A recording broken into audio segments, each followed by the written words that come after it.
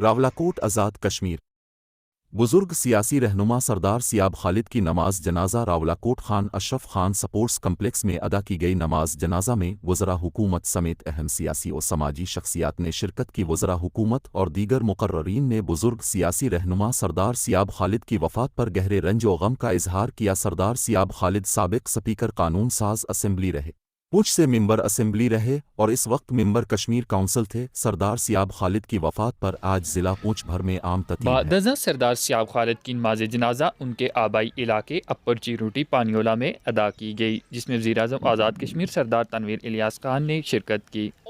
مرحوم کی عمر 83 سال تھی۔ انہوں نے اپنی سیاسی زندگی کا آغاز آل جموں کشمیر مسلم کانفرنس سے کیا۔ وہ مجاہد اول اور سردار عبدالقیوم خان مرحوم کے دست راست اور درینہ ساتھی تھے۔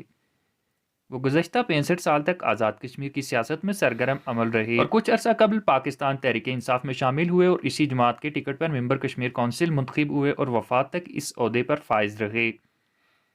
سردار سیاب خالد کو 2 سال قبل فالج کا اٹیک ہوا تھا جس کے باعث ان کی صحت بگڑ گئی تھی اور مسلسل زیر علاج تھے۔ گزشتہ روز ان کی طبیعت اچانک بگڑ گئی اور وہ حال کے حقیقی سے جا ملے۔ مرحوم نے پسماندگان میں ایک بیوہ کے علاوہ 3 بیٹے اور 2 بیٹیوں سوگواران میں چھوڑی ہیں۔